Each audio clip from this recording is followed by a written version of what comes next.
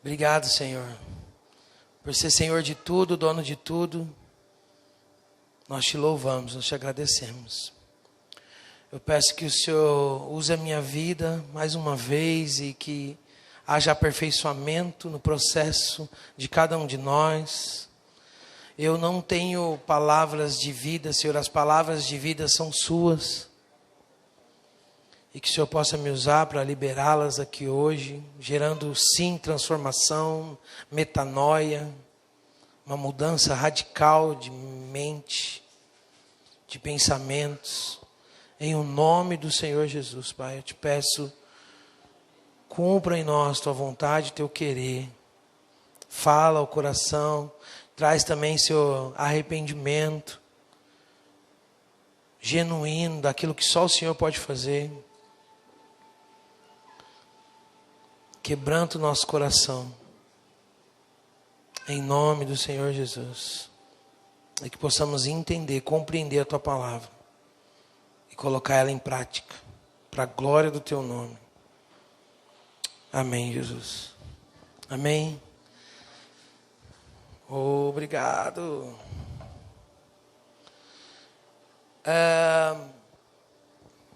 Queridos, Jesus, ele, após ser batizado e iniciar o seu ministério, após algumas pregações, ensinos e curas, ele vai subir num monte e diante de multidões ele chama os discípulos. E quando você lê o texto, a impressão que dá, e a gente vai falar sobre isso, a impressão que dá é que ele realmente estava falando aos discípulos, e é importante entender isso. Havia uma multidão, mas ele estava ensinando aos discípulos. Mas, sabe, toda vez que eu lembro, a gente vai falar hoje, tem como base o Sermão do Monte, não as bem-aventuranças, não é só Mateus 5, mas é Mateus 5, 6 e 7, são 3 capítulos que só tem também no Evangelho de Mateus, falando sobre o Sermão do Monte, o sermão mais conhecido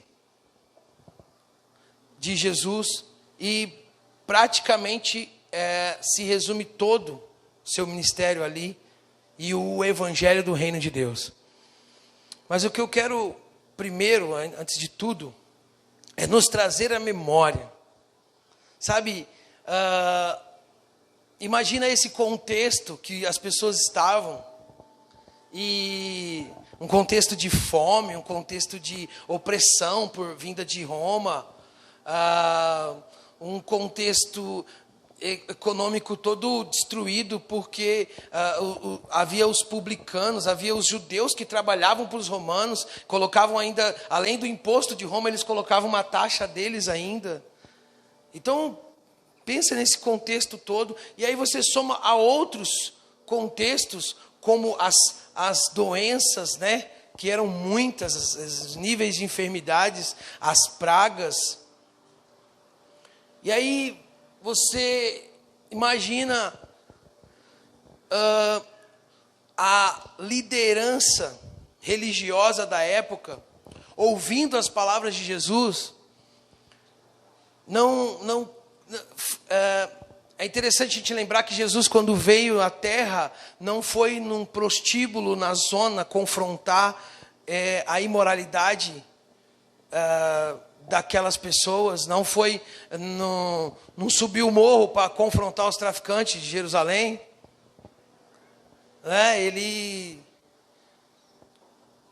o lugar onde Jesus foi para protestar, o lugar que ele foi para confrontar, foi o templo, a sinagoga, o lugar de ensino, o lugar de onde vinha o ensino, e o ensino da palavra de Deus. Entende? E houve aquela situação de virar a mesa e tudo mais, mas eu quero que você entenda o seguinte: tenta imaginar esse cenário, onde a liderança tinha dificuldade de aceitar ele e chamava ele de bêbado, porque ele andava era com essas pessoas. chamava ele de imoral, de vários outros nomes. E a dificuldade extrema de aceitar qualquer coisa que ele falasse, ainda que viam os milagres. E mesmo quando via os milagres, dizia assim: ele faz isso em nome do Beelzebu. É o Satanás tirando os demônios. E agora você tenta imaginar isso aqui. Esse sermão, que vai, para nós aqui, vai durar 3 capítulos.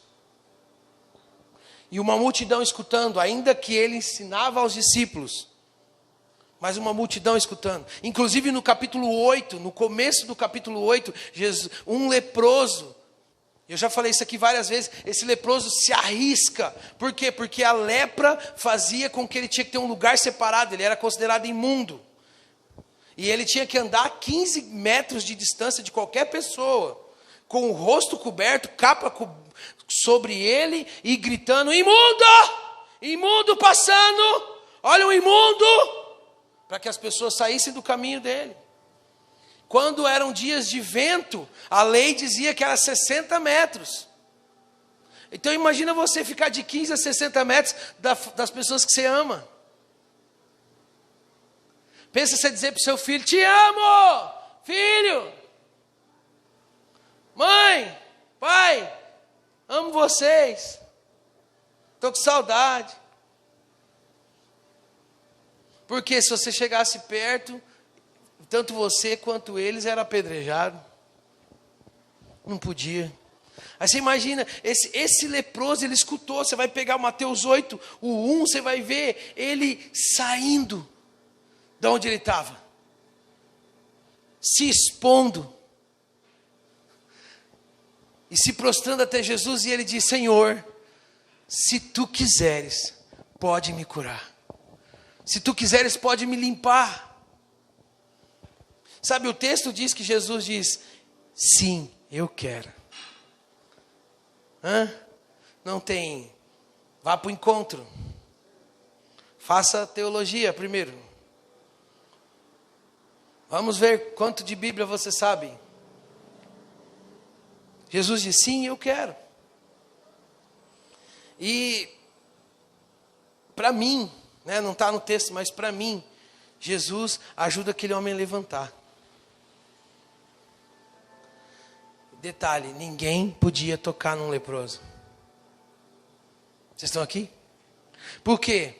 Porque a cultura, a lei, dizia que o puro tocando no impuro, ficavam os dois impuros. Mas Jesus trazia as boas novas do reino de Deus. Uma nova lei. Um aperfeiçoamento. Jesus trazia a realidade do reino de Deus. Então aquele que era puro, tocava o impuro e ambos ficavam puros. Purificava o impuro. Então Jesus não teve problema nenhum de tocar, de levantar ele, abraçar. Você imagina as prostitutas escutando aquela mensagem que para o religioso era terrível. Por quê? Porque para o religioso, para o líder, dizia: você tem que começar de novo. Você tem que nascer de novo. Era como se dissesse: olha, esquece que você viveu até agora, fica como base e vamos começar de agora, dentro da realidade de um reino diferente do que você está vivendo. Uma outra visão, uma cosmovisão diferente, uma outra cultura, o aperfeiçoamento agora do que era a lei, o cumprimento verídico, o sentido da lei. Vamos agora. E eles diziam: o quê? Jogar tudo que eu já sei? Me descredibilizar, voltar, rebaixar o nível dos outros? Como assim? Nascer de novo? Então presta bem atenção, o que eu estou querendo dizer como um pano de fundo? É que para essas pessoas que achavam que tinham, e que se apoiavam em cima do que tinham, por favor, presta bem atenção, porque hoje nós vamos entrar em coisa sagrada. Que coisa sagrada? Sagrada que as pessoas estabeleceu como sagrado e não conseguem mudar. E aí tá aí, essa mente fechada não desenvolve, porque tem medo de tocar naquele ídolo que ela colocou dentro dela. E tanto Jesus quanto Paulo, o que mais fez foi isso, foi mexer no que era sagrado para os judeus. Nós vamos ver o exemplo disso, que é o quê? Que era falar de Moisés. Não, não mexe com Moisés não. Jesus falou o quê? Vocês vão ver que quem está aqui é maior do que Moisés. Então, para uma prostituta que ouviu aquele sermão, ela disse: eu posso começar de novo. Sério que eu posso começar de novo? Vocês estão aqui? Eu não sei você, irmão, mas eu destruí a minha vida, acabei com tudo. Só não perdi tudo porque Deus foi misericordioso. Mas eu destruí tudo. E quando eu soube que eu podia começar de novo, da minha mãe, que está me assistindo aí, mãe, te amo, beijo. Que escondia a bolsa de mim e agora eu sou pastor dela. E aí? Você acha que isso não é um começar de novo? Por que eu estou dando esse pano de fundo, cara? Porque a gente precisa trazer a memória, cara. É a receita para sair do automático. Traz a memória, tudo que Jesus já fez. E quem Ele é e o que Ele está fazendo. Aquela cultura, aquele ensino, que era completamente diferente do que todos eles já tinham recebido. Trazia em si uma mensagem dizendo: começa de novo. É hora de começar de novo. Mas agora com a base correta. E eu vou alinhar essa base. Vocês estão aqui? E aí nós temos vários relatos. Daquela mulher que invade uma reunião, ao qual Simão não lavou nem os pés de Jesus, mas ela vem e lava com lágrimas. Você está entendendo? A religião jamais permitiria isso. Os líderes disseram assim: ele não pode ser o Messias, na mente deles, porque não ia falar na frente de Jesus, mas no pensamento eles disseram: ele não pode ser o Messias. Se fosse o Messias, sabia quem é essa mulher. E aí Jesus falou: e aí, o que vocês estão pensando aí? Eu entrei aqui e você nem me deu, você nem lavou meus pés, cara. Ela está lavando com as lágrimas e está secando com os cabelos.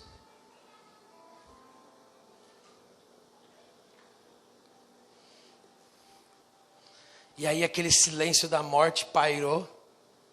Porque quem tinha coragem de falar alguma coisa? E aí só se escutava debaixo da mesa o som de beijos. Daquela mulher beijando os pés de Jesus. Sabe o que Jesus falou? Jesus falou assim: é o seguinte, a partir de hoje, quando esse evangelho do reino for pregado, todo mundo vai saber dessa mulher. E nós estamos falando dela aqui agora. Vocês estão aqui, gente?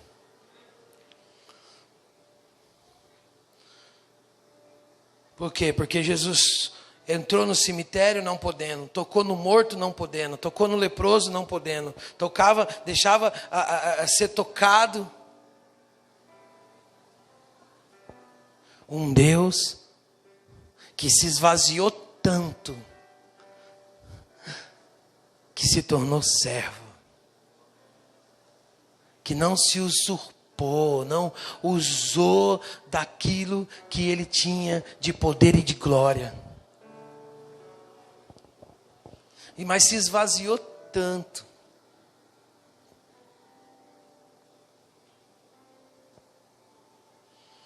Ao ponto de ser confundido com aqueles que andavam com ele.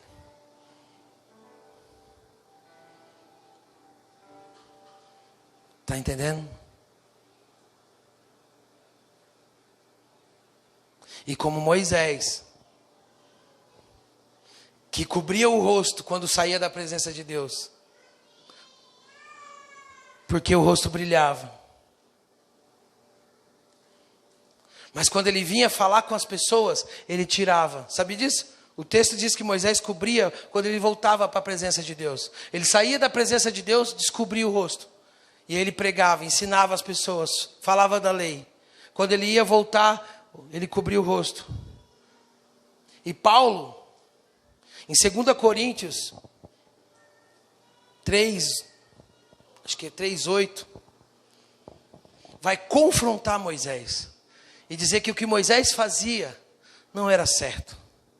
Por quê? Porque Moisés cobriu o rosto para que ninguém visse que a glória estava saindo. Então ele vinha com o rosto brilhando e falava. Quando ele sabia que a glória estava diminuindo, ele cobriu o rosto. Para quê? Para que as pessoas permanecessem com temor. Coloca aí 2 Coríntios 3:8. Eu sei que eu não mandei aí.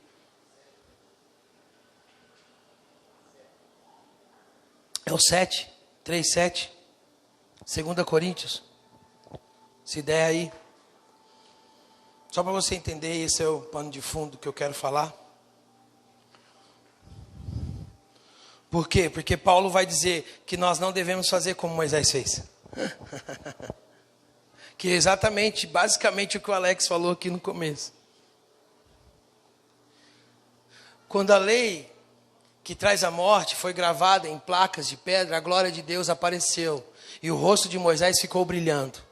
O brilho do seu rosto já estava desaparecendo quando ele entregou as placas ao povo de Israel. Mas mesmo assim esse brilho era tão forte que os israelitas não podiam fixar os olhos em Moisés se o domínio da lei veio com tanta glória. O 8.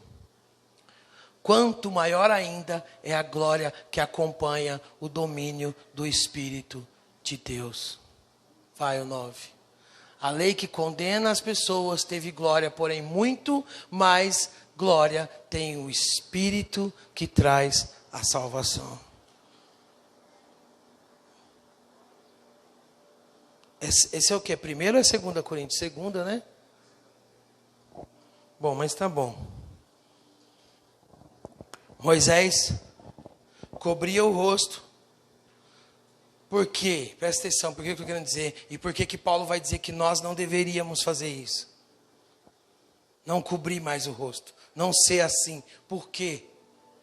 Porque deveríamos encarar as nossas fraquezas. E expor a nossa fraqueza. Expor a nossa dificuldade. Expor que eu não estou bem. Expor que essa glória, talvez que eu tinha, não tenho mais. E não cobrir o rosto para deixar a impressão. Entende? Mas nós devemos o quê? Expor a nossa fraqueza, nossa dificuldade. Sermos verdadeiros. E isso é que era esplêndido em Jesus. A verdade. Vocês estão aqui? Então,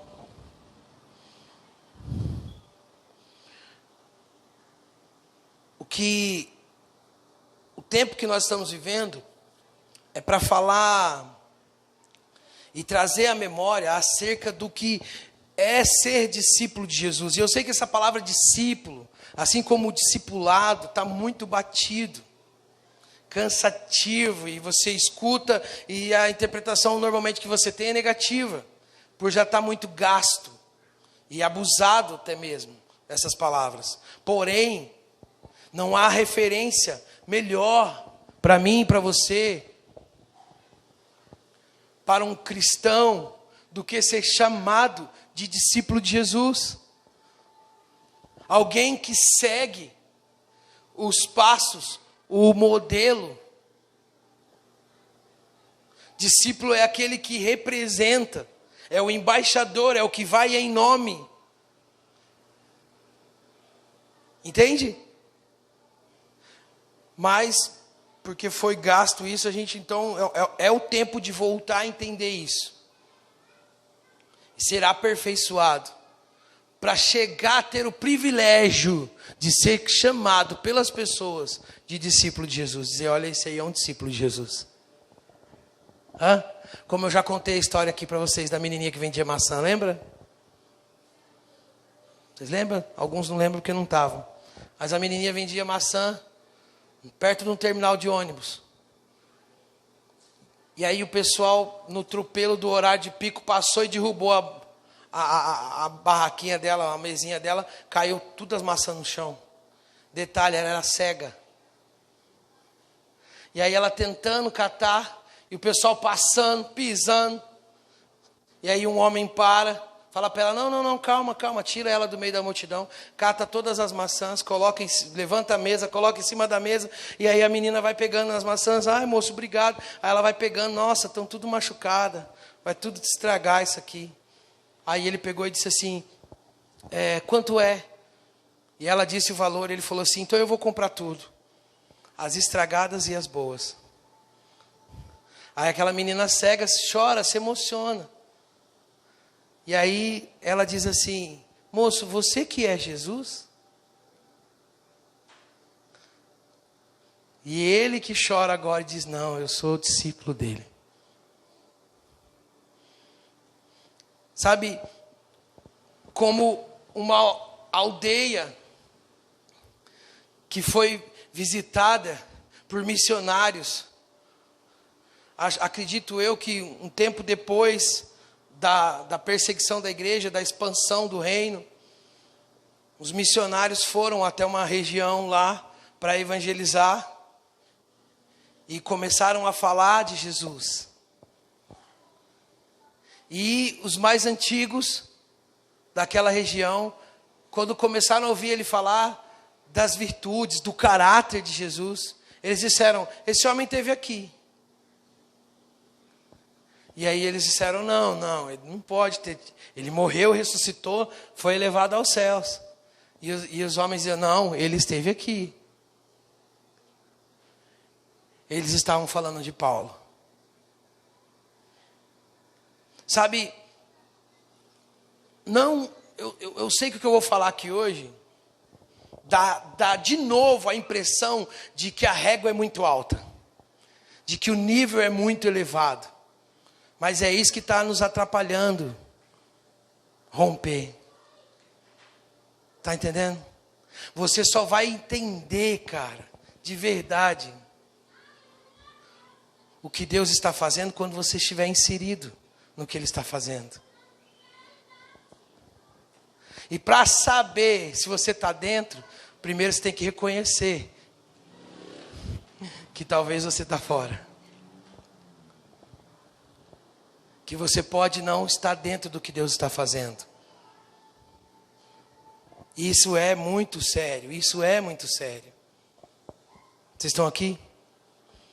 Então, o tema da mensagem é contra a cultura. Eu tenho lido e estudado um livro que a Bela e o Lucas me emprestaram. E esse livro estava lá no meu... Eu tenho um negócio de livros, né, que fica no banheiro. Sempre deixo lá.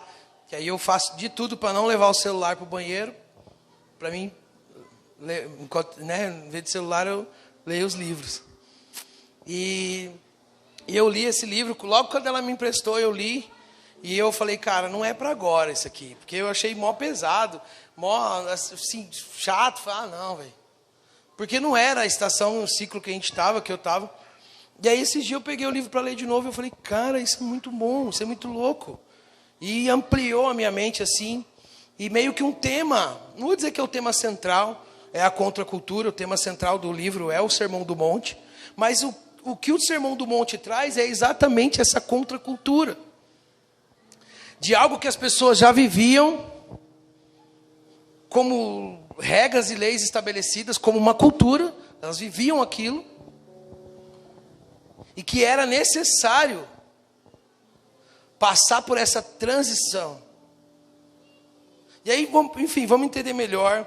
Tem uma imagem aí que eu coloquei sobre cultura, que eu acho que é do dicionário mesmo, do Google aí. Contra a cultura.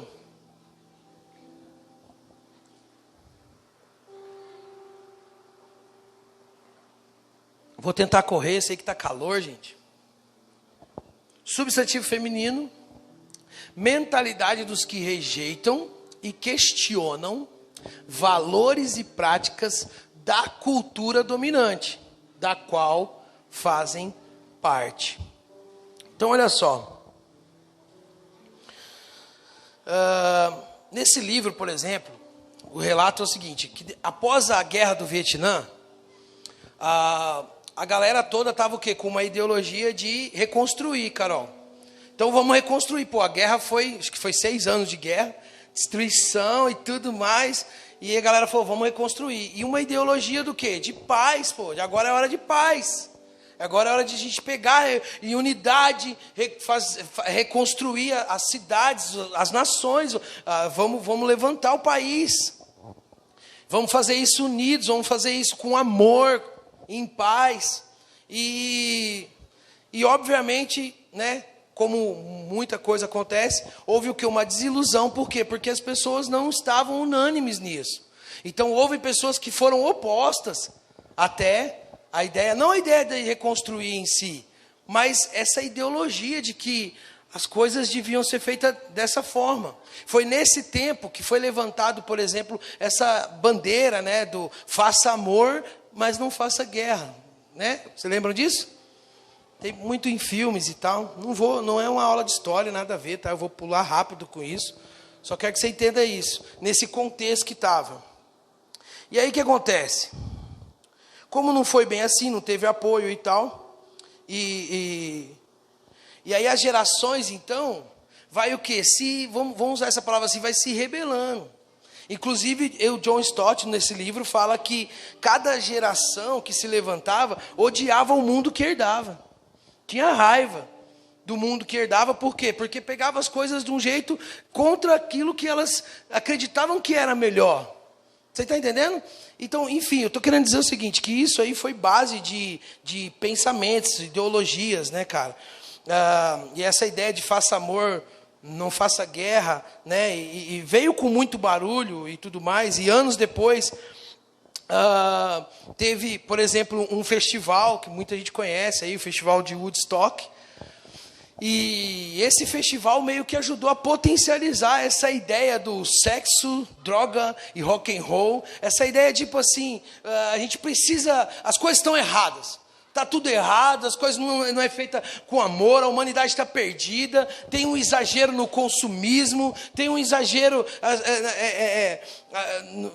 nos padrões, a moda fica ditando.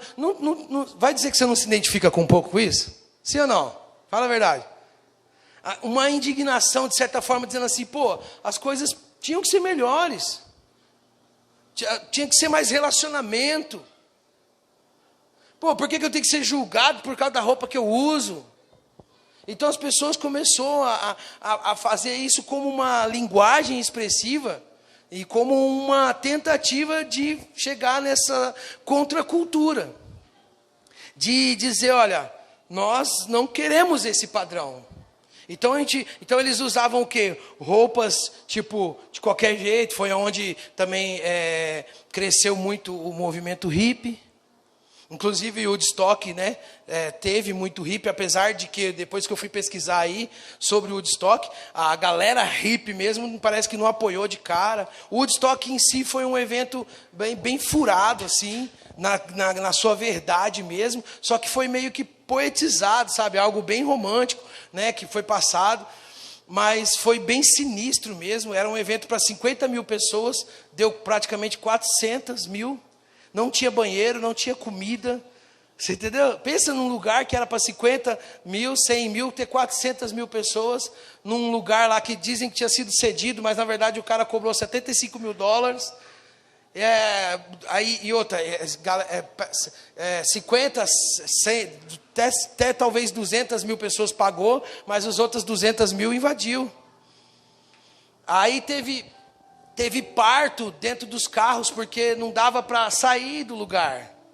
Então nasceu 2 crianças no Woodstock. Não teve briga, mas teve 2 mortes. Um cara morreu atropelado por trator, vai entender. E o outro morreu de overdose. as bandas todas cobraram, todos cachê alto. Então, tipo assim, aquela utopia, aquela coisa, tudo mentira. O que eles mesmos estavam tentando, sabe? Aquela galera lá de baixo, não. Os organizadores estavam manipulando tudo. O pessoal que trabalhou disse que foi terrível. Foi horrível. O cheiro de fezes e urina de 400 mil pessoas e não ter banheiro. Então, tipo assim, foi fantasiado como um super evento de rock. Mas teve Jimi Hendrix e tal. Então ele cobrou $18 mil. E tocou na segunda-feira de manhã, quando só estava todo mundo indo embora.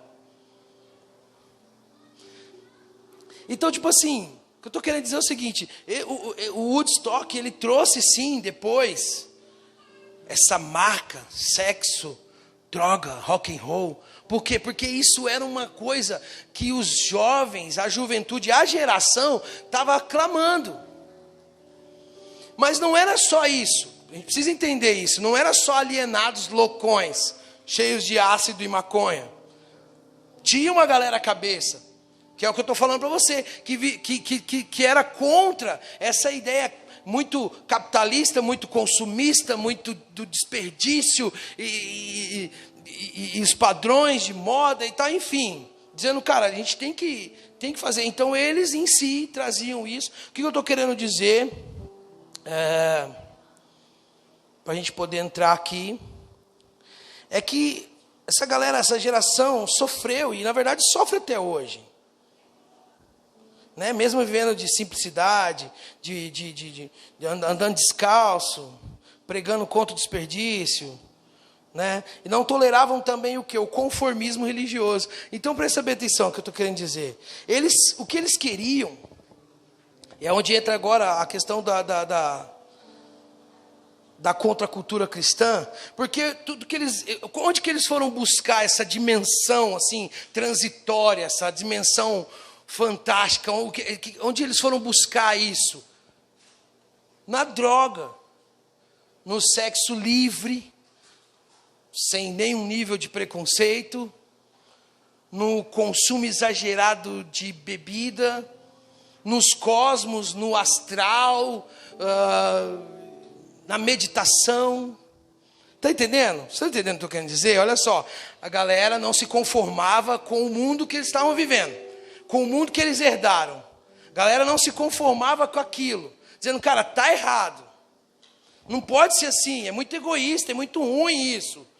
Então eles, só que aí eles tentavam fazer uma transição assim, louca, e eles buscavam nisso essa satisfação, alcançar essa dimensão, essa iluminação, esse nirvana. Entende? Então o que acontece? O que eles queriam, a geração mais madura, mais sadia, eles queriam o quê? Paz, amor e verdade. Paz, amor e verdade.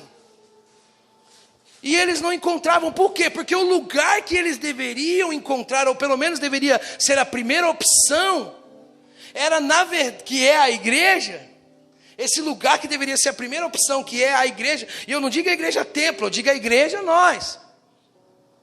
Obviamente, numa expressão, na época principalmente, de comunidade. Então, nessa comunidade, onde deveria ser o primeiro lugar que essas pessoas deveriam, por favor, presta atenção, porque não estamos falando do tempo de agora, a mesma coisa. Então, a galera que não se conformasse, sabia que existia algo a mais, sabia que as coisas não deveriam ser assim, sabia que tinha alguma coisa errada, e está buscando uma tentativa aí, eles iam de tudo quanto é jeito tentar encontrar isso, mas onde eles deveriam ser? Onde deveria ser a primeira opção, aliás? Na igreja.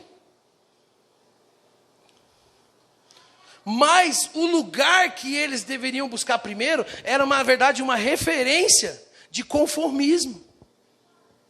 Uma referência negativa. Por quê? Porque eles diziam, poxa, essa comunidade não transmite essa mudança, não concretiza, não é concreto essa mudança que a gente precisa. Pelo contrário, está parecendo a mesma coisa. Vocês estão entendendo? Estão entendendo? Da pessoa vir à igreja, buscar dentro de uma comunidade de fé uma expressão, mais humana, mais próxima do que seria Deus, e ela encontrar a mesma coisa do que ela tem lá fora. Foi isso. É isso. Com diferentes, talvez, objetos e ferramentas. Objetos não pegou bem, mas com diferentes ferramentas. Então presta bem atenção. Isso é o que deveria ser essa contracultura cristã. Por quê? Porque eles não estão errados no que... Obrigado. Não estão errados no que estão buscando. Mas estão buscando no lugar errado. Porque infelizmente o lugar que eles deveriam buscar não é a referência. Não, eles não estão encontrando essa contracultura, mas estão encontrando um conformismo. Você vai entender melhor.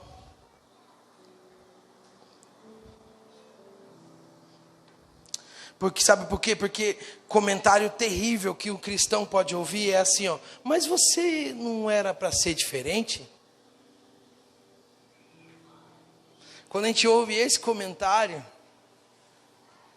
é que tem alguma coisa errada. Mas peraí, mas não era para vocês serem diferentes? E aí o que a gente vê por aí, que a gente tem acompanhado. Então é óbvio, cara, que não deveríamos ser iguais ao sistema caído, preconceituoso, egoísta, violento. Aí eu te pergunto, será que as pessoas têm encontrado isso dentro da igreja? Violência? Vamos lá, gente, está acordado aí? Fala aí a verdade, você acha que tem encontrado ou não tem? Lembrando que nós não estamos julgando ninguém, nós estamos apontando uma cultura já estabelecida, que não deveria ser essa. Aonde já se viu um pastor apoiar a mulher que está apanhando do marido, porque ele, na cabeça dele, ela não pode divorciar. E ela fica apanhando do cara. Não, mas é que está escrito que não pode divorciar. A partir do dia que ele bateu nela, ele já divorciou. Já estava divorciado. Não é o papel que define. Foi o respeito que já perdeu. Agora a gente vai ser cúmplice por causa dessa cegueira e com uma pseudo-santidade. É isso que revolta as pessoas, gente. E é isso que revolta a gente também. Por isso que nós não podemos nos permitir entrar nessa mesma rota.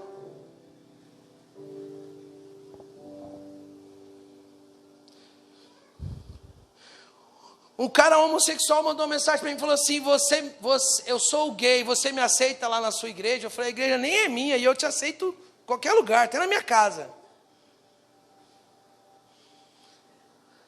Mas aí eu vou ter que mudar? Eu falei: não, você quer, que resposta que você quer? Sim e não?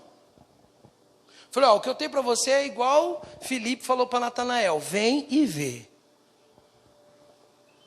Quem tem que mudar você não sou eu. Ah, mas eu posso servir lá sendo gay? Pode. Não é eu que vou te mudar. E aí, você está preparado, irmão? Você está preparado? Para encontrar um travesti lá na porta falando graça e paz? Entra aí. Eu estou perguntando para você está preparado? Ou você só tem o discurso bonito?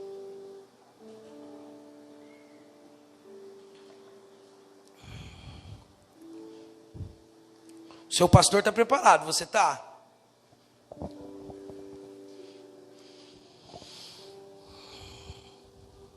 Então olha só. Se a gente olhar, o tema essencial da Bíblia era isso. Era que Deus tinha um propósito.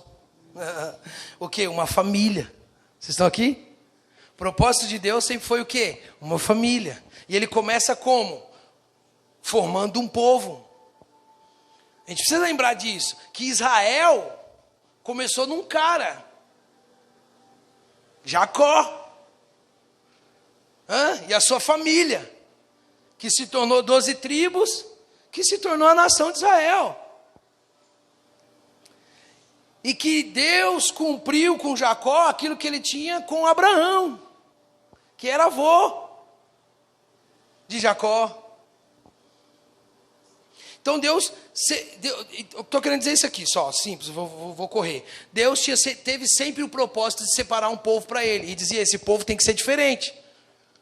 Por isso que na lei, no mandamento, dizia assim, ó, o Senhor, teu Deus, diz, não terá para ti outros deuses. Deus está dizendo assim, ó, eu não quero vocês, nem perto do que é costume das outras culturas.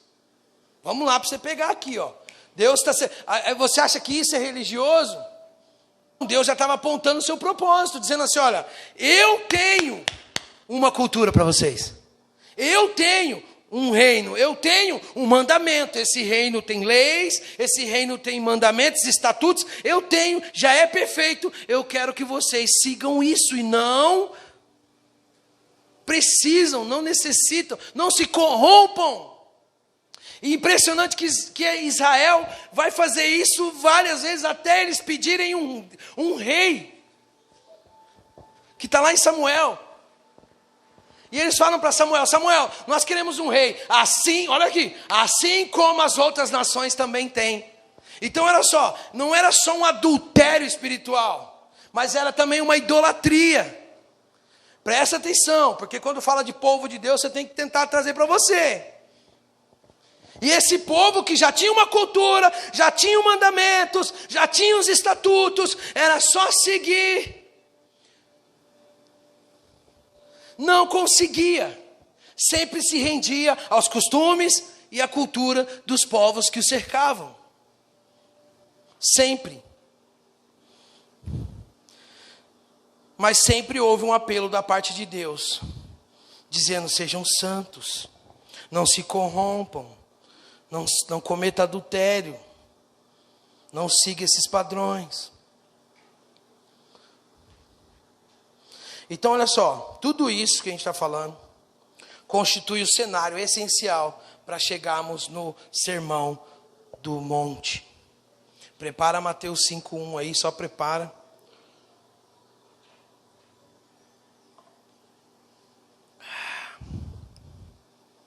O Sermão do Monte é a parte mais conhecida dos ensinamentos de Jesus, mas também é o menos compreendido e, consequentemente, o menos obedecido. Presta atenção. Jesus vai trazer um real sentido, quase que um manifesto, essa contracultura, de tudo aquilo que o povo já vivia. Jesus vai confrontar, olha aqui para mim, por favor. Jesus vai confrontar os discípulos, não é confrontar, Jesus vai ensinar os discípulos a não serem como os pagãos e nem como os judeus hipócritas. Nem como os judeus. Jesus vai dizer, não siga nem esse costume pagão, né, que o pessoal fala aí seria o mundo. Não siga esse costume e não siga também esse costume religioso. E isso tudo está no Sermão do Monte, principalmente no capítulo 6. Ao qual Jesus vai dizer, por exemplo, Mateus 6:8, coloca aí, por favor, Mateus 6:8. Mateus 6:8, entre tantos outros versículos, tem a frase que Jesus falava muito. Não sejam, portanto, como eles. Não sejam, portanto, como? Por favor, presta bem atenção, põe lá Mateus 5:1, para a gente entender esse cenário.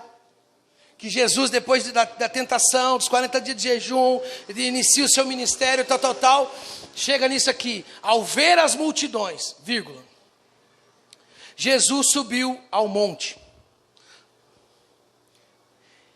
Ele se assentou e os seus discípulos se aproximaram dele. Isso é NA. Então ele passou a ensiná-los. Tá bom até aí. Presta atenção. E vendo as multidões, começou a vir gente da Síria, começou a vir gente de tudo quanto é lugar, porque Jesus estava curando. E vendo as multidões, ele subiu no monte. Aí ele subiu e sentou. Obviamente era para ter melhor, né? Não tinha microfone. Mas os discípulos se aproximando, os discípulos próximos, e ele vai ensinar. O Sermão do Monte é o início do ministério público, é o anúncio, na verdade, do ministério público de Jesus. As boas novas do reino de Deus. E Jesus vai dizer isso, que a Bíblia vai dizer isso, que ele avançava.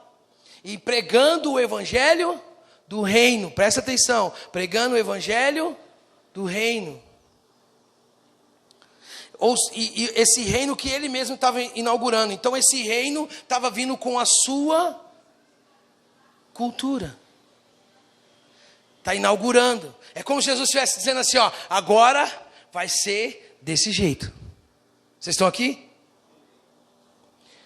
E ele mesmo dizendo, e eu vim para inaugurar. E o que ele dizia era, arrependei-vos. Porque é chegada a vós. O reino de Deus está próximo, acessível. Chegou. Está entendendo? Presta atenção, porque isso é importante você entender, para que você possa chegar na posição de discípulo para manifestar esse reino, para você entender que ele já chegou. Ele está vindo também? Sim. Ainda também está vindo, mas também já chegou. Mistério de Deus, né? Mas deu para entender. Então, é apresentado dois contextos, que arrependei-vos é o que? A metanoia, a transição, a mudança de mente, era necessário acontecer. Jesus está dizendo assim, é outra mente agora. É outro pensamento, meu irmão. É diferente de tudo que você já viveu. Por favor, olha para mim. Você acha que isso mudou? Não mudou, pelo contrário, é exatamente a mesma coisa. Para os discípulos.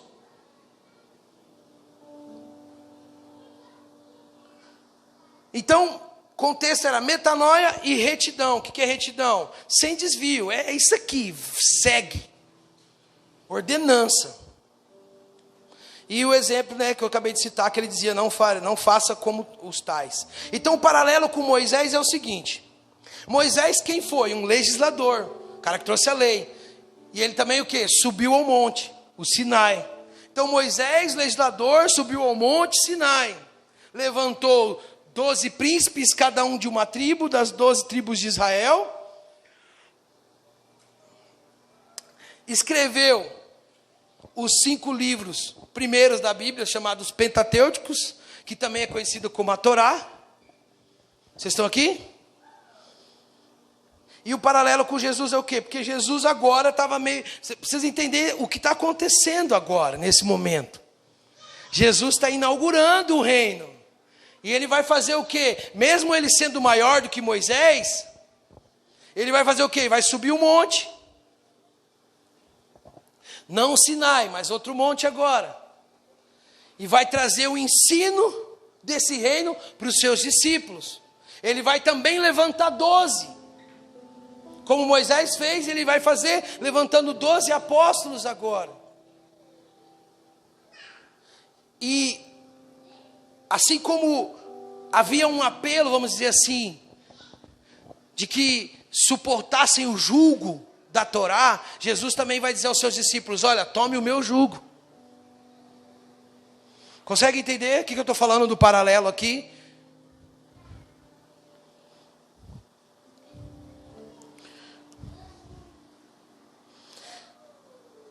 E esse paralelo é interessante porque a obra salvadora de Jesus também foi considerada como um novo êxodo. Assim como eles celebraram a Páscoa, certo? Saindo do êxodo, lembra disso? Êxodo, saindo do Egito, escravidão. E eles matam o cordeiro, celebram a Páscoa, sai do Egito.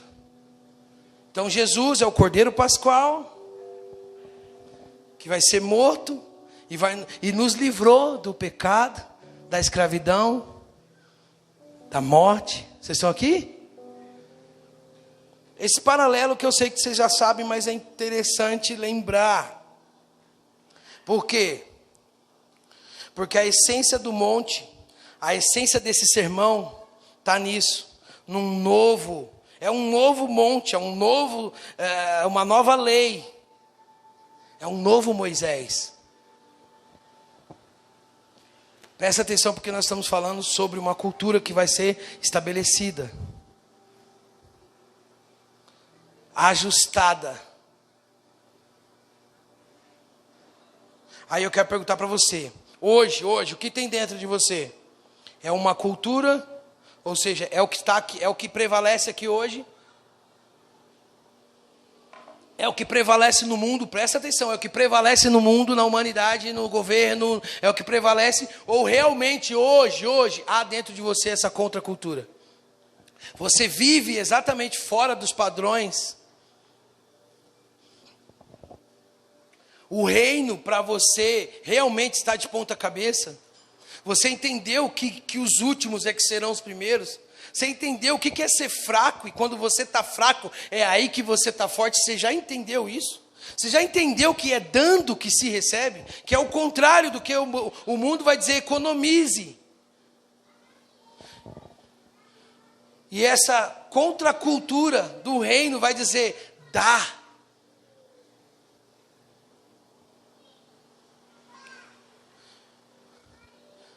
Vão dizer, confie em você.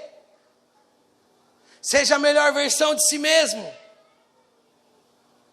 E a cultura do reino está dizendo, você já tem um modelo original. Você não precisa ser a melhor versão de si mesmo, você só precisa voltar a ser o original. É aqui que está toda a chave, irmão. Não é sobre ser alguém, é sobre voltar a ser quem você é. E sempre foi, nele. Mas é difícil, cara. Por quê? Porque o diabo ensinou, faça para ser alguma coisa. Faz para você ser. Faz para você ser alguém. E hoje a cultura não é essa. Quem é você sem uma faculdade? Quem é você sem um status? Quem é você sem cargo? Você tem voz? É óbvio que não. Isso já é posto, olha para mim, por favor, isso não vai mudar, põe isso na sua cabeça, isso nunca vai mudar. Só quando o reino se estabelecer por completo. A questão é, você já pode manifestar isso na sua vida. Vocês estão aqui? E claro que sim, influenciar ao seu redor. O reino de Deus é uma contracultura. E quando a gente fala isso, não é sobre você adaptar a sua cultura à cultura dos céus, que é isso que, com todo cuidado que eu quero falar, espirrar. Com todo cuidado que eu quero falar é o seguinte, é isso que está sendo como uma enxurrada de ensino. A adaptação da cultura que já existe para a cultura do reino de Deus. Estão tentando adaptar. E vai por mim, eu e você já fizemos isso.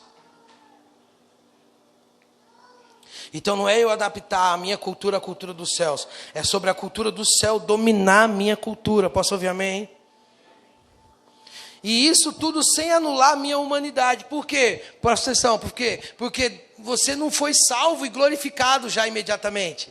Você não é salvo e já glorificado. Mas você vai passar por um processo de lapidação, de aperfeiçoamento. Como nós temos falado aqui, uma trajetória para se tornar pleno. Então, tudo isso que eu estou falando não tira de você a sua humanidade. Você não vai virar anjo. Nem é para ser anjo, até porque você é maior que anjo. Amém? Mas lapidação, processo, o que é isso? É verdadeiramente uma nova forma de pensar. Por favor, você pensa diferente do que você pensava antes? Você vive diferente? Você investe diferente? Suas prioridades são outras? Realmente? Então, parabéns, você está se desenvolvendo dentro dessa contracultura. Posso ouvir amém? Agora, o que assusta? Assusta o cara andar 2, 3, 5, 10 anos com Jesus e continuar pensando do mesmo jeito. O dinheiro ainda é dele. As capacidades, tudo que ele consegue é por causa dele. Pensa do mesmo jeito, você pega o cara, pergunta para a mulher, tem 10 anos de casado. A mulher fala, não, ele pensa a mesma coisa desde o começo. Dá medo isso. Dá medo a pessoa dizer que está andando com Jesus, mas continua agindo e pensando da mesma forma. E eu não estou falando pecaminosa, irmão. Eu estou dizendo exatamente sobre essa cultura conformista. E a ideia é o que? Não vos conformeis, mas nós... baixou a bola. É muito trampo, é muita luta, é muita cara para pôr, para bater. Melhor ficar piano. É muito difícil, o quê? Ah, não, vou passar apertado. Eu abrir mão de algumas coisas ainda não dá. Você entendeu? É muita gente tentando conquistar a sua vida. Deixa eu te falar, sua vida já foi conquistada lá na cruz, cara. E você está tentando conquistar ela. Você está tentando achar aquilo que na verdade é para você perder, cara. Isso está te atrapalhando, isso vai nos impedir de estabelecer o reino, cara.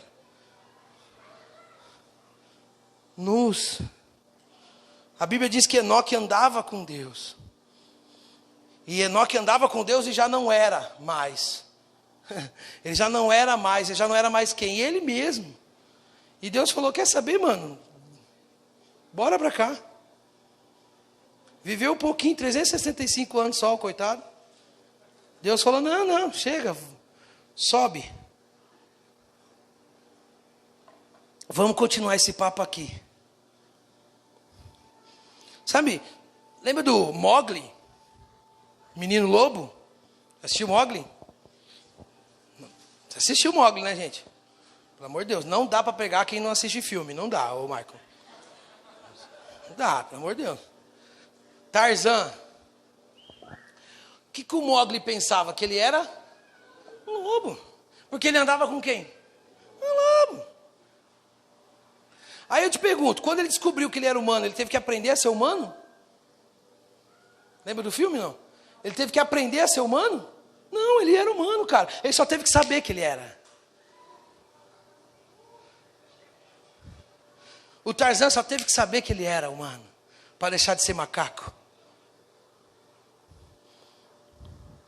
Como que você está andando?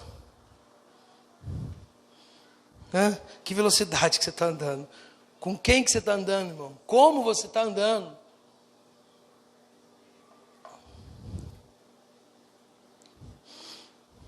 E aí a gente canta, né? Não, eu estou andando porque Cristo vive em mim.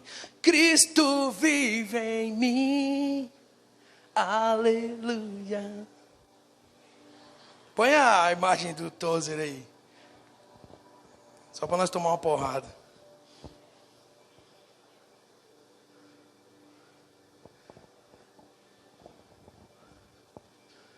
Olha o que o Tozer disse. O cristão não precisa contar mentiras. Não conta mentiras, ele apenas vai para a igreja e canta.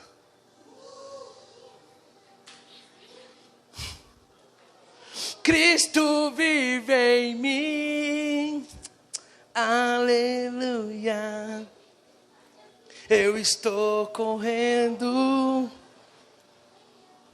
para ti. Qual que é aquela outra? Então me mata agora, é mesmo? Ainda bem que Deus faz assim, ó. Ainda bem que Deus fala, olha lá, Miguel. Olha lá, Miguel. Essa gurizada, viu?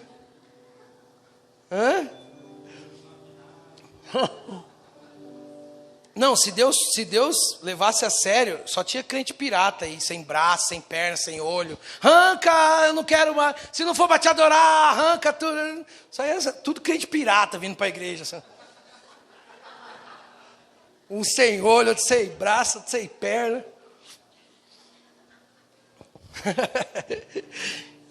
E com recomendações ao Ministério de Louvor. Olha, não canta aquela não.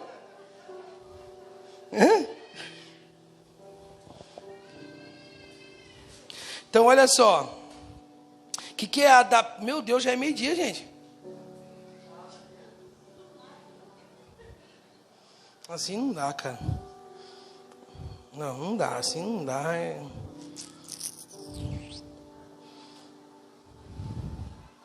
Olha onde eu estou ainda, gente. Tá.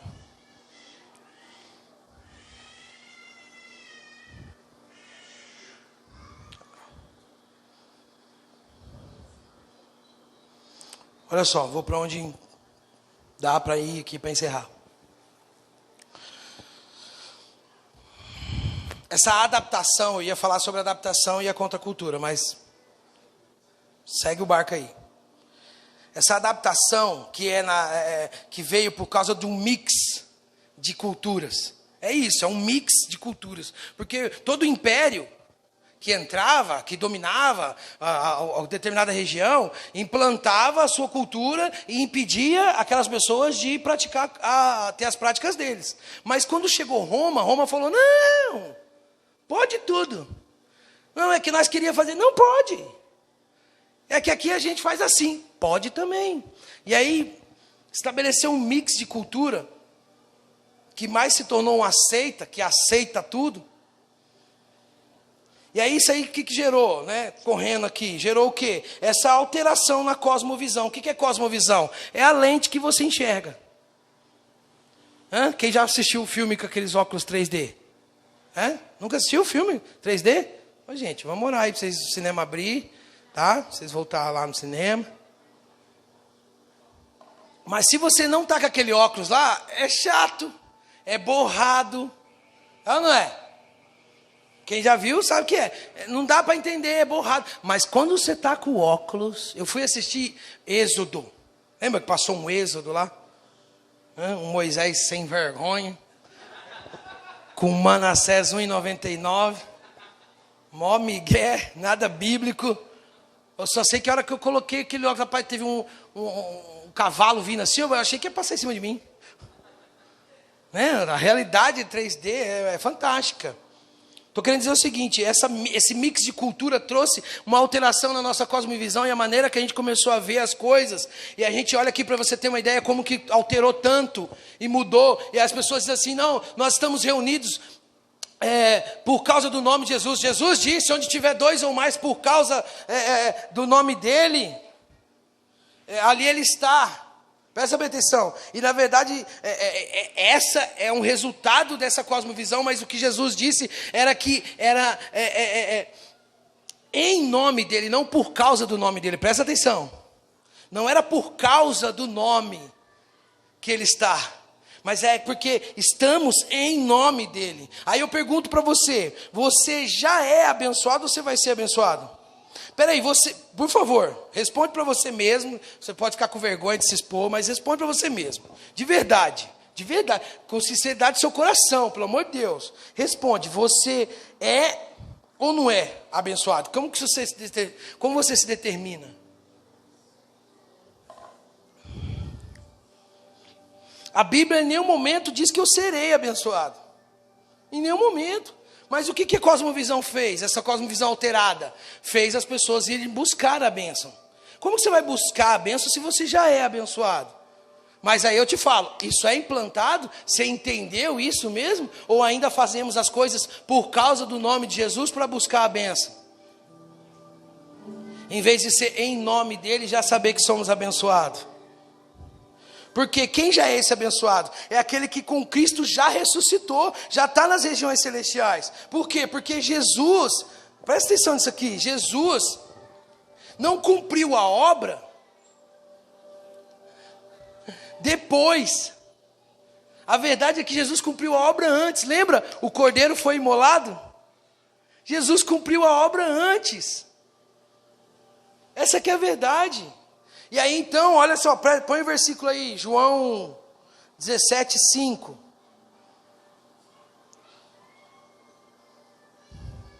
O que vai acontecer? Jesus foi reposicionado nas regiões celestiais após cumprir a obra. Por quê? Porque ele já estava assentado nas regiões celestiais antes de cumprir a obra. Ele já era de lá, 17. Jesus dizendo, oração sacerdotal, João 17, Jesus falando com o Pai. Ele diz, agora, ó Pai, glorifica-me contigo mesmo, com a glória que eu tive junto de ti antes que houvesse mundo. Jesus conclui sim. E aí ele é reposicionado nas regiões celestiais, reposicionado onde ele estava desde o início. Quem é abençoado? Quem com Cristo morreu já e com Cristo ressuscitou. Eu já ressuscitei em Jesus. Por isso que eu já sou abençoado. Eu já estou nas regiões celestiais. Pastor, mas espera aí. Espera aí. Complicou, pastor.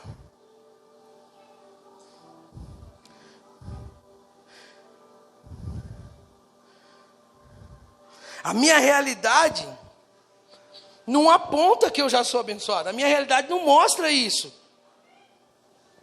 E é aí que está a questão. Você não vive pelo que diz a sua realidade. Você vive pelas verdades da palavra de Deus. Você vive pelas verdades daquilo que Jesus já fez e já falou. É por isso que nós devemos viver. É por isso que você vive. Então, de modo que eu já sou. Como que eu posso trazer algo? Presta atenção. Como que eu posso trazer algo do Japão para você? Ah, pastor, você pode pedir aí e tal, né? Pode pedir pela internet, né? Mas a grande verdade é que eu posso trazer algo específico do Japão para você, porque eu estive lá. Eu estive lá, eu fui nas banquinhas, eu escolhi. Falei, isso aqui é bom para o Ageu, esse aqui é bom para o Ângelo. Ó, o Robertinho vai gostar desse aqui, ó.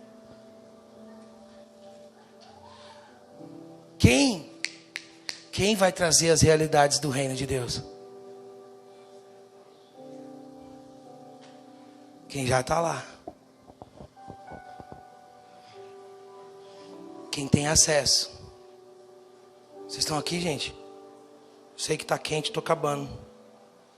E aí sim, meu irmão, aí sim você vai entender o que quer dizer aqui na terra como é.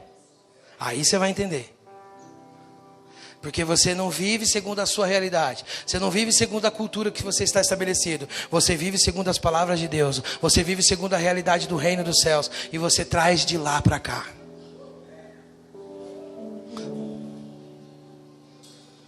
Assim na terra como é no céu. No céu não tem enfermo. A gente tem que começar a tirar a bunda da cadeira e orar pelos enfermos. No céu não tem, assim na terra. Mas e se Deus não curar? O problema é de Deus. Esse é o problema. A nossa cultura diz, e se Deus não fizer? E na contracultura diz, e se Deus fizer? Vamos lá, olha só. Mas e se Deus não fizer? E se Deus fizer? Alguém está aqui ou não? Como que a gente vai trazer essa realidade? Estando lá. Por isso que quem vive na terra só procura bênção. Aí o estranho, o doido, o esquisito é quem vive nas regiões celestiais. Esse que é o doido, o maluco, o esquisito, o que ninguém entende, o tirado, o zombado. Esse cara é louco. E é louco sim, por os padrões dessa cultura. Ninguém vai entender. Vai falar, como que esse cara está esperando? Mano, não é para você esperar, você tem que fazer alguma coisa. Não, estou esperando em Deus. Que esperar, cara? Você tem que sair dando tiro para todo quanto é lado.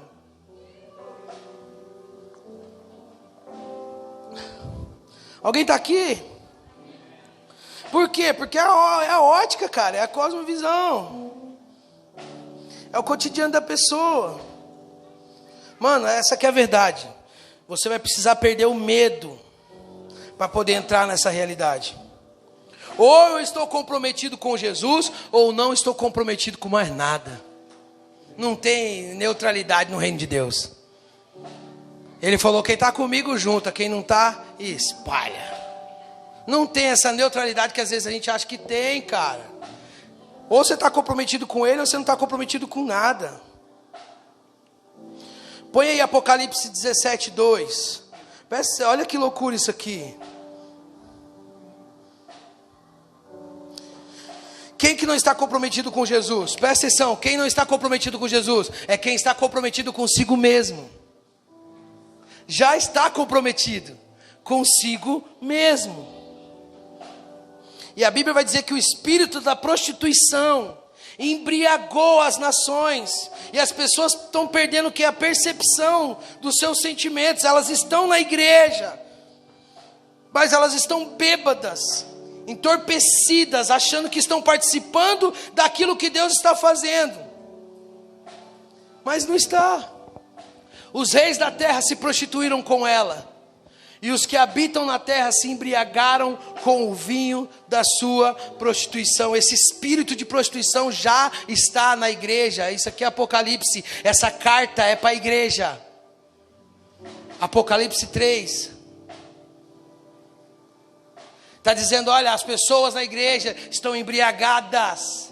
Elas acham que estão dentro do que Deus está fazendo, mas elas não estão. É a mente delas que acha. É essa cultura que precisa ser rompida. Vocês estão aqui, gente? É uma mensagem confrontante? É. E desconfortável. Mas é a única forma de você entrar no que Deus está fazendo, é saber que você pode estar fora, como eu já disse. Como que você vai entrar no que Deus está fazendo? Sabendo que você está fora. Pelo amor de Deus, gente. Acabou meu tempo, vocês estão ouvindo, gente? Então, olha só. O que a gente precisa entender nessa contracultura? Eu vou correr. É que a realidade dos púlpitos não é mais a realidade das ruas. Jesus não subiu aos templos, ele subiu o monte. Sabe, não dá para falar de pobreza sem realmente conhecer o que é a miséria, sem realmente acessar uma favela. Vocês estão aqui? Por favor, olha para mim. Distrai mais, tenta distrair mais não, eu sei que está difícil, mas... Não dá, cara. A realidade dos púlpitos, a realidade das pregações não é a realidade lá fora. Você vai saber só até a hora que você tiver isso na mão, mano. A hora que você tiver um filho na droga, ou um parente seu viciado, a hora que você tiver alguém da sua família na prostituição. Então não dá para falar sem entender isso, está entendendo? A realidade dos púlpitos não é a realidade lá fora, e isso precisa mudar. Porque talvez você nunca teve que tirar uma mulher do chão ensanguentada que apanhou de um cara, levantar ela do chão, com o sangue jorrando.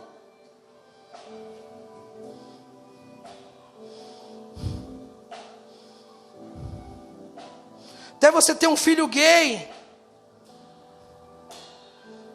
ter a sua mãe espancada.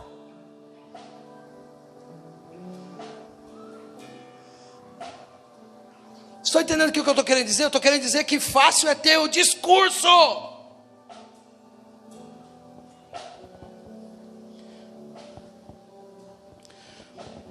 Mas só você acessando, cara, só você tendo isso, só você vivendo isso, para você realmente entender. Ou seja, não tem como, cara, falar de algumas coisas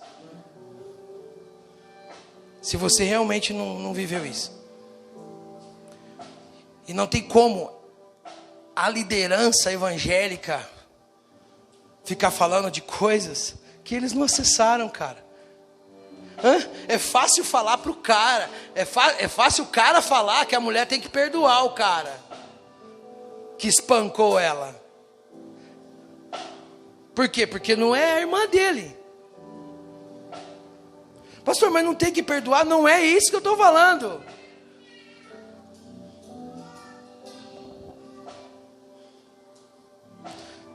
Eu estou falando que tem que ser a realidade, cara.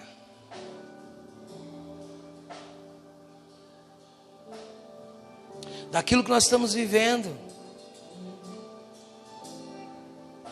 Ou seja, o problema já vem de cima. Ao invés de ter realmente esse amparo, esse cuidado. Enfim. O sermão era para discípulos. Jesus disse para Pedro: Pedro, apacenta minhas ovelhas, não o povo. Aí o que acontece? A igreja quer o quê? Apacentar os bodes. E quer implantar essa cultura do reino nos bode e obrigar as pessoas a agirem dessa forma. Então, estou querendo dizer o seguinte, que a gente tem que parar de se defender e começar a defender o Evangelho. E não se preocupar tanto com essas questões. O que eu estou querendo dizer? Estou querendo dizer o seguinte. É claro os ensinamentos que Jesus está deixando para os discípulos, para aqueles que nasceram de novo, para aqueles que estão acessando as regiões celestiais, e não para um todo da humanidade. Pastor, mas não é para todo mundo? É para todo mundo, porém não dá para implantar isso nos outros, tem que começar em você. Você está entendendo o que eu estou querendo dizer? Eu estou querendo dizer o seguinte, a gente fica louco com o nosso vizinho, nosso parente, não sei o quê, e quer implantar as coisas neles, mas eles não nasceram de novo. Não dá para esperar um comportamento desse que Jesus está falando, está citando aqui no sermão do monte, nas pessoas que não nasceram de novo.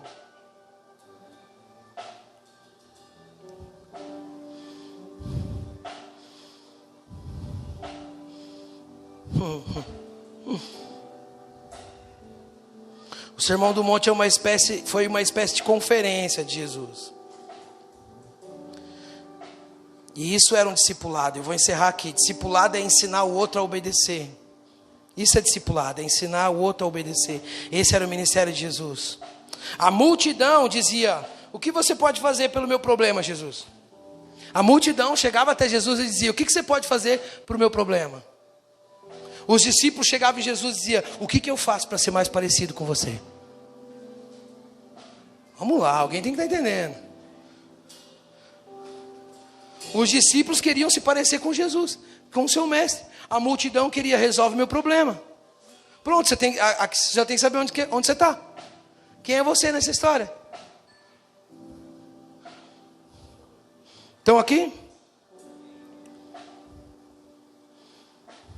E aí, por favor, a continuação do sermão lá, acho que é 5:3.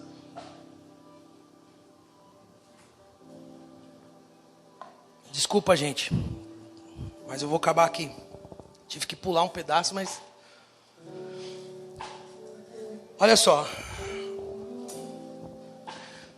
Jesus então sobe o monte, lembra?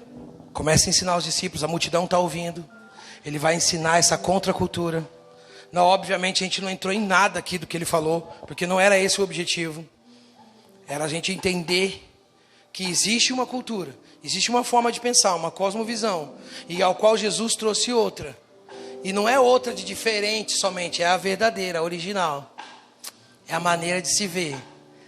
O que tinha nesse sermão, ô Milena? Por isso que ele está falando, não tem como cobrar isso de quem não nasceu de novo. Por quê? Porque para o discípulo é difícil. Para o discípulo é difícil. Jesus vai dizer: olha, Moisés falou o quê? Para você amar quem te ama. E Jesus vai dizer: perdoa os seus inimigos. Ame os seus inimigos.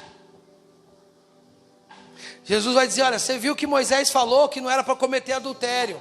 Aí Jesus falou assim: ó, só de você pensar, você já adulterou. Muito mais difícil.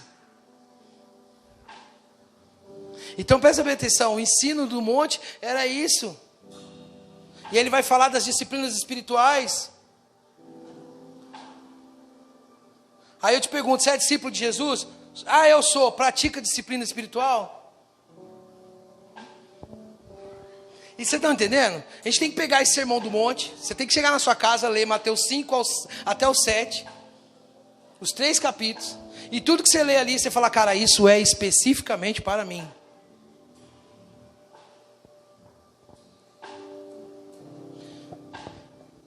Aí, só para dar uma finalizada, ele começa com a bem-aventurança. E a gente só vai falar de uma, só a primeira. Óbvio, né? Não dá tempo para nada também. Mas não era isso também que eu ia falar. A ideia é eu tentar construir quem sabe aí uma expedição aí só sobre o Sermão do Monte, e a gente ir tratando ponto a ponto aí. Vamos ver, quem sabe, né? Vocês estão felizes ainda? Mas ele vai dizer assim: Bem-aventurado os pobres. Em Lucas não tem nem esse de em espírito, mas beleza. Bem-aventurados os pobres em espírito, porque deles é o reino dos céus. Presta bem atenção só para você entender o que Jesus estava querendo dizer. Aí a gente romantiza. Bem-aventurados os pobres de espírito e tal. Não, ele falou bem-aventurados os pobres. Mas por quê?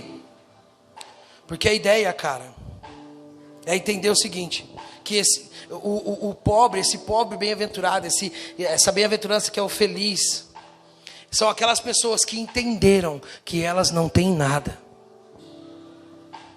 Bem-aventurado são os pobres, bem-aventurado são aqueles que entenderam que não têm nada.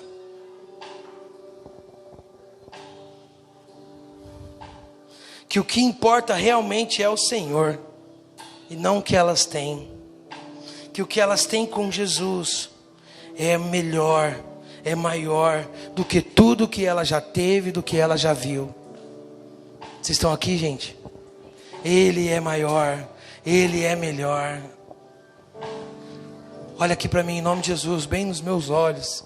Ele é melhor. Bem-aventurados os pobres, aqueles que entenderam que não tem nada e que a coisa mais importante que eles têm é o Senhor. Então, cara, sim, Ele é melhor do que um monte de gente pelada transando vídeo. Ele é melhor e eu prefiro Ele. Então eu não vou só lutar, eu vou repudiar isso, porque Ele é melhor, cara.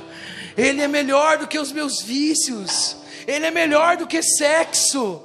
Ele é melhor do que as comidas. Eu posso ficar sem comer, não tem problema, Ele é melhor.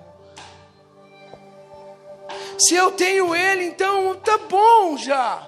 Bem-aventurado, você está entendendo, irmão? Que ele está dizendo assim, é deles o reino dos céus, aqueles que entenderam que não tem nada, que o que mais eles têm, aliás, que o que eles têm de importante é o Senhor.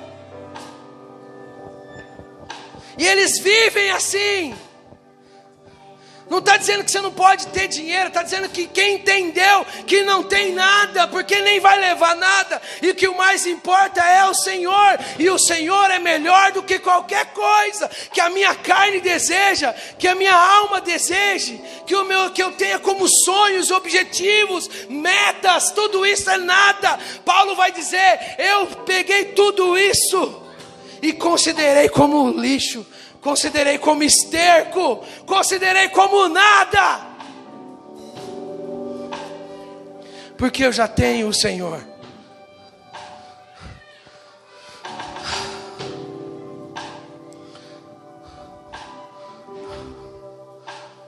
Você está aqui porque o Senhor te chamou para ser discípulo dele.